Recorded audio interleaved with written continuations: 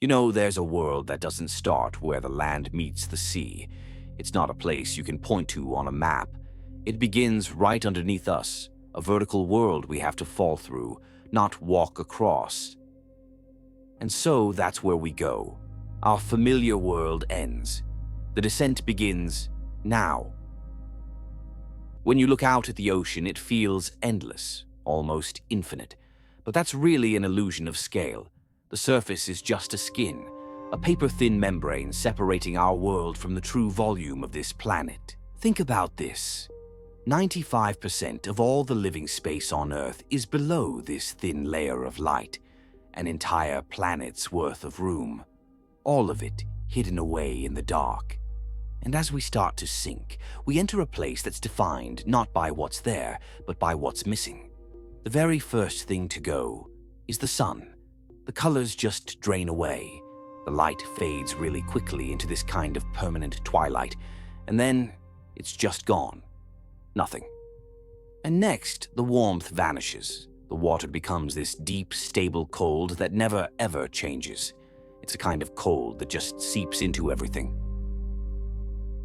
And finally, time itself seems to bend. I mean, without the sun. What even is a day or a night? There are no seasons. There's only this constant state of being, just suspended in darkness and cold. As we keep going down, you become aware of a new force. It's not just dark and cold anymore. There's a weight to it, a physical presence pressing in on you from all directions at once. At 1,000 meters, we officially enter the midnight zone. Here, the darkness isn't just dark, it's absolute. By 4,000 meters, we're in the Abyssal Zone, a plain that's more vast than any desert on land. And then below that, in the deepest trenches, is the Hadal Zone, a place so alien that physics itself feels hostile. Down here, the pressure is over 16,000 pounds per square inch. It's a force that should crush, freeze, and starve anything that dares to enter. And yet, life is here. It's not just surviving, it's somehow thriving against these impossible odds. But here's the thing. In this world without a sun, the darkness isn't empty. No, it's filled with its own strange constellations. Down here, in the absolute black, life has figured out how to make its own suns. It's incredible. Nearly 3/4 of all the organisms in the deep can produce their own light. But this isn't for show. This is a language spoken in flashes and glows.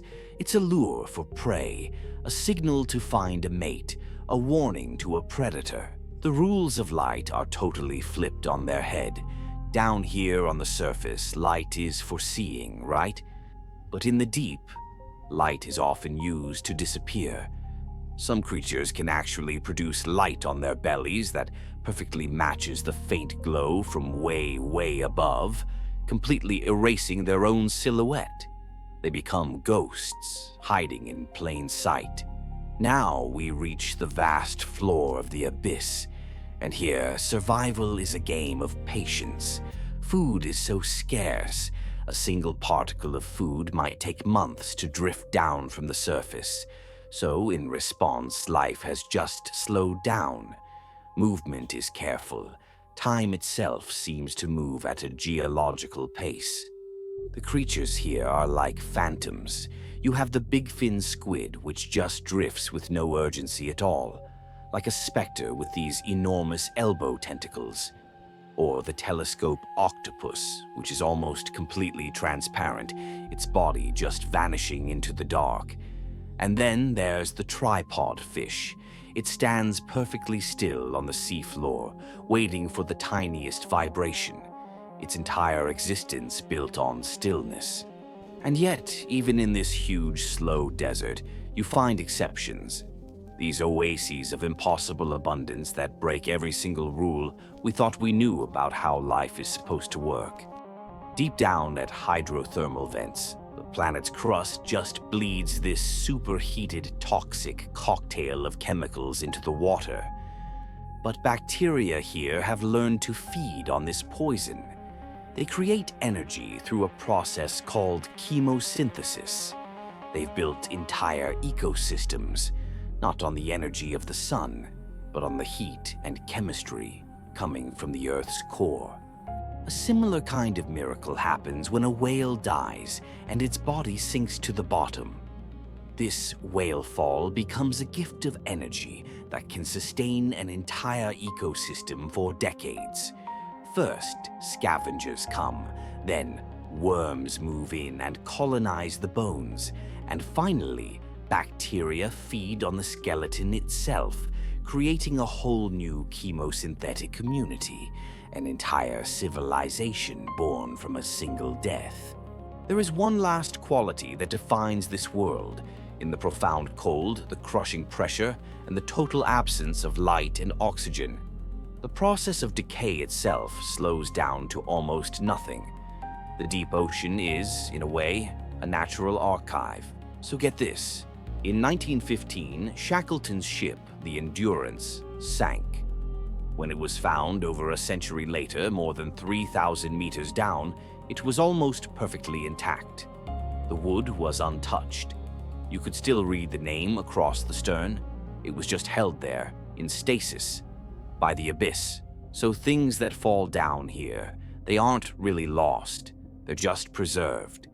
History doesn't vanish into the past. It simply waits in the dark, held in this silent, timeless museum. Which leaves us with this final lingering thought. If a wooden ship can stay there untouched for a century, what else is waiting down here? What ancient life forms? What geological secrets? What forgotten chapters of our own story are just resting in the cold, silent dark? The questions the deep asks, they're far more vast than the abyss itself.